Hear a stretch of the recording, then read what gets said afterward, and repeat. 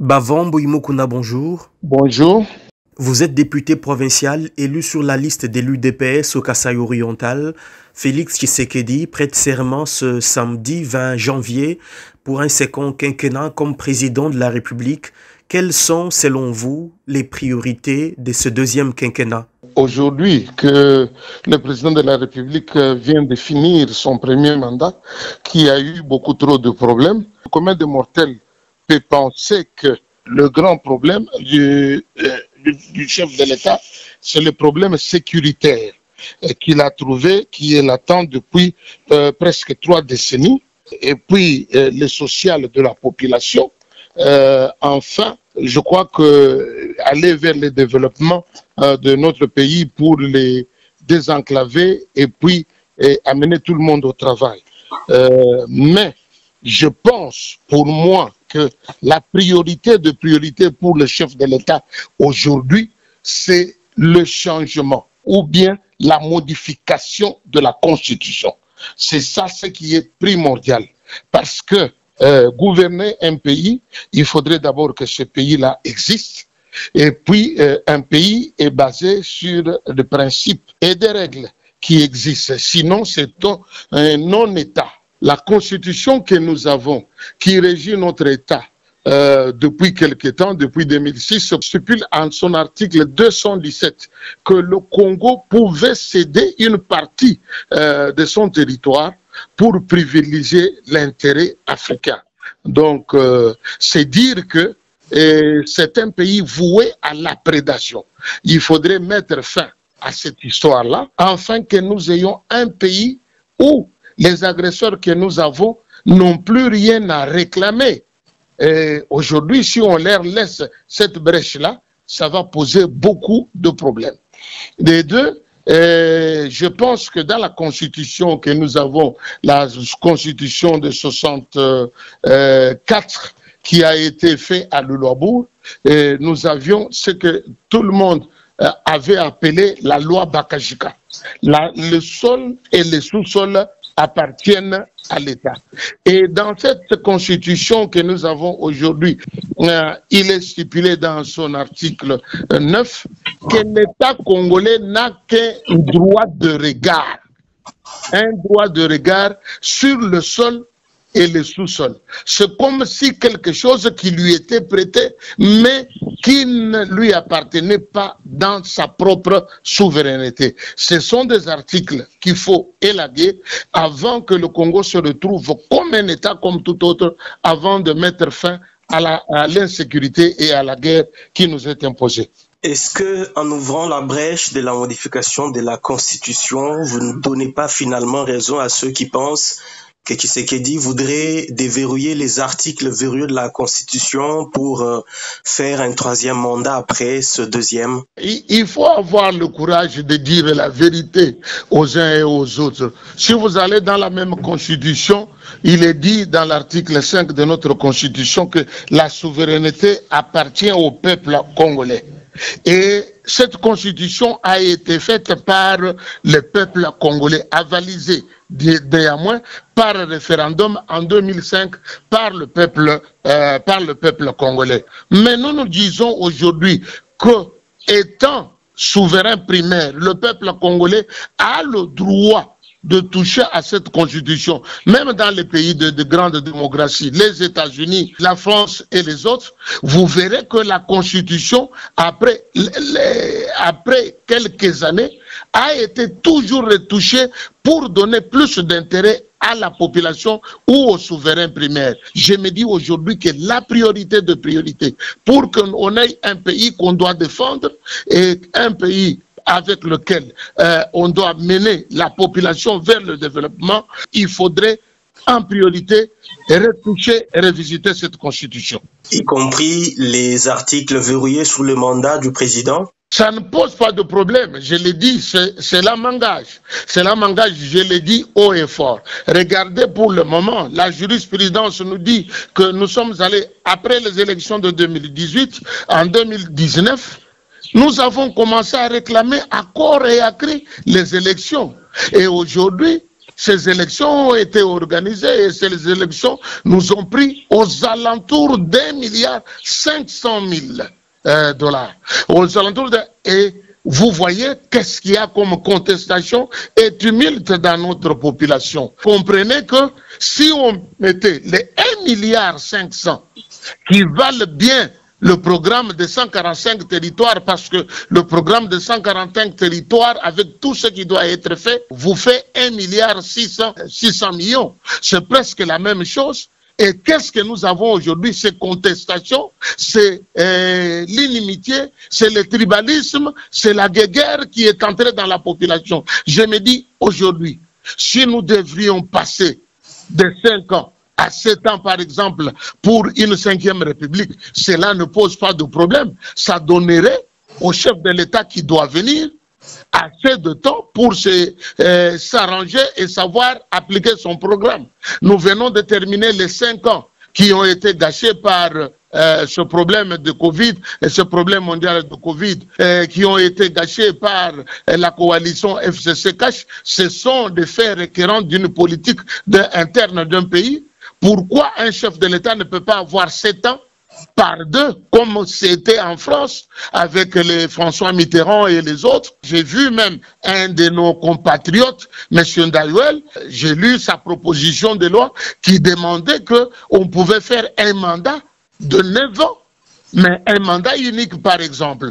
Donc, tout cela va de soi. C'est les souverains primaires qui, même si la Constitution touchait, même si elle est modifiée, les référendums est là. La CENI qui doit organiser ce référendum selon l'article 211 de notre Constitution, le souverain primaire va se déterminer pour ce qu'il doit faire. Honorable Bavon, revenons sur la prestation des serments du président Tshisekedi. L'opposition veut manifester ce même samedi 20 décembre. N'avez-vous pas peur que le début de ce 2e mandat soit entaché par toutes ces contestations? Je ne pense pas pour moi. Le Congolais, le véritable Congolais se demanderait aujourd'hui que nous avons 63 ans d'indépendance. Qu'est-ce que nous avons fait entre-temps en nous échangeant de coups ou bien en nous battant sur la place publique? Est-ce que le Congo a évolué ou bien il est rentré en arrière? Et les gens font prévaloir cet article 64 de notre Constitution pour dire que ils vont résister contre un groupe d'individus ou des individus qui exercent le pouvoir par la force. Mais si vous passez à l'alinéa 2e de la même, du même article 64, il dit: il est stipulé que toute tentative de renversement du régime constitutionnel constitue une infraction imperceptible contre la nation et l'État. Elle est punie conformément à la loi. Nos frères qui se disent qu'ils vont aller manifester pendant que les décisions ont été élues et installées régulièrement, ils peuvent être punis, ils peuvent être appréhendés et mis même en prison par rapport à ce qu'ils sont en train de mener. On dit la démocratie. Nous disons toujours que la démocratie, c'est un système de gouvernance, pas le meilleur, mais le moins mauvais. Parce que aujourd'hui, il faut accepter que la majorité dirige et que la minorité résiste ou bien pose ce problème comme opposition. Mais nous ne disons pas qu'on aille déranger le programme qui a été fait normalement par les institutions légalement établies. Nos frères qui vont aller sur la rue, qui demandent d'aller sur la rue, vont rencontrer la force de la loi. Certaines voix demandent au président Tshisekedi, juste après sa prestation de serment, de faire un geste d'ouverture pour apaiser les esprits en organisant par exemple des consultations avec toutes les couches de la population, y compris l'opposition. Qu'est-ce que vous en pensez? C'était une bonne chose. Il n'y a que dans la cohésion, il n'y a que dans l'amour et il n'y a que dans les échanges que nous pouvons avoir, voyant la patrie mère la République démocratique du Congo, ce patrimoine commun que nous avons, se le mettant au devant de tout intérêt personnel, que nous pouvons bien avancer. Je crois que en termes de politique nationale ou internationale, on peut faire la guerre, on peut se battre contre un système et tout ça, mais ce qui amène à la guerre ou au trouble, nous savons comment est-ce que ça commence, mais tel que ça se termine, nous ne savons pas. Parce qu'en fin de toute chose, les gens arrivent toujours à négocier. S'ils doivent venir, si les gens doivent venir, la main est tendue par le chef de l'État qui a gagné haut la main ces élections. Il est en place, il pourra contribuer, il pourra parler avec tout le monde comme nos frères, et puis ça va avancer de soi. Et pour terminer, depuis la publication des résultats des législatives nationales, il y a plusieurs contestations, y compris au sein de l'Union sacrée de la nation. Ces contestations présagent-elles l'implosion de la famille politique du président Tshisekedi? Non, j'ai dit non et non, c'est faux et archi faux. Le problème est que les gens étaient déjà habitués à un système. Vous savez qu'en 2006, il y a eu bien de contestations, il y a eu des bévues, mais personne n'a été puni. En 2011, mêmement, en 2018 aussi. Mais aujourd'hui, tout ce qui a été mis en moule est en train de se reconstituer aujourd'hui. On ne peut pas dire qu'on forme un état de droit par rapport à un bâton magique le même jour, non, mais je crois que ça va crescendo petit à petit et nous allons arriver à la fin. Et aujourd'hui, quand on prélève, on dit déjà que les grosses pointures, les gens qui étaient intouchables ont fait telle ou telle autre chose, il y a revendication, et quand des gens peuvent revendiquer, cela ne pose pas de problème. Et je vous dis aujourd'hui, en Amérique, Donald Trump est en train de faire les primaires pour revenir chef de l'État. Mais vous avez suivi que pendant que le mandat a été pris par Joe Biden, les partisans de Trump avaient même investi la maison ovale, ils avaient cassé des biens, et par-ci par-là, il y a eu même mort d'hommes. Et aujourd'hui, la vie continue. S'il y a des erreurs ou bien des anomalies à hauteur de 10, 15 ou même 20%, cela n'entache pas les résultats ou bien le problème des élections. Nous pensons que c'est normal que même dans la propre famille, les enfants d'une même personne peuvent se disputer telle ou telle autre chose, mais cela ne casse pas les liens qu'ils ont au niveau familial. Le peuple congolais qui a voté pour le président Tshisekedi, en grande majorité, a des problèmes d'eau, de courant, de santé, de route. C'est quoi le message d'espoir que vous lui adressez alors que Tshisekedi va prêter serment ce samedi?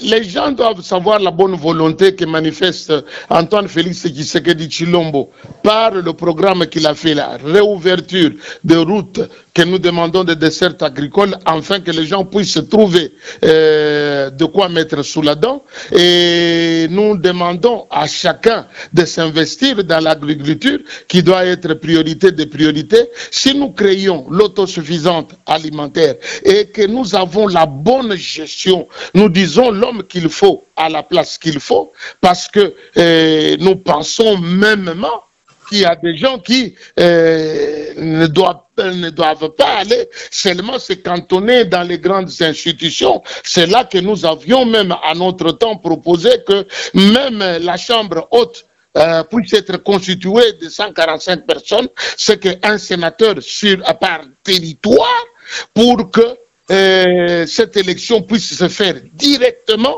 et éviter la corruption et le clientélisme, parce que souvent, quand on envoie des gens comme indépendants qui n'ont pas de députés dans les assemblées provinciales, ils viennent peut-être pour prendre les voix ou bien acheter de voix chez des gens qui ont, par exemple, leur mandat, parce que les mandats sur une liste avec le système que nous avons actuellement appartiennent aux partis politiques, pas aux députés comme tels. S'il y a un mot d'ordre quelconque et on va le faire, cela crée beaucoup trop de problèmes. Je pense que dans ce sens-là, avec les sénateurs qui doivent voir les problèmes profonds de la population et aider les chefs de l'État à avancer. Cela ira de soi. Je crois que, mais cela doit venir après qu'on ait modifié la Constitution et que nous ayons eu une Constitution qui dise que nous avons un État, nous avons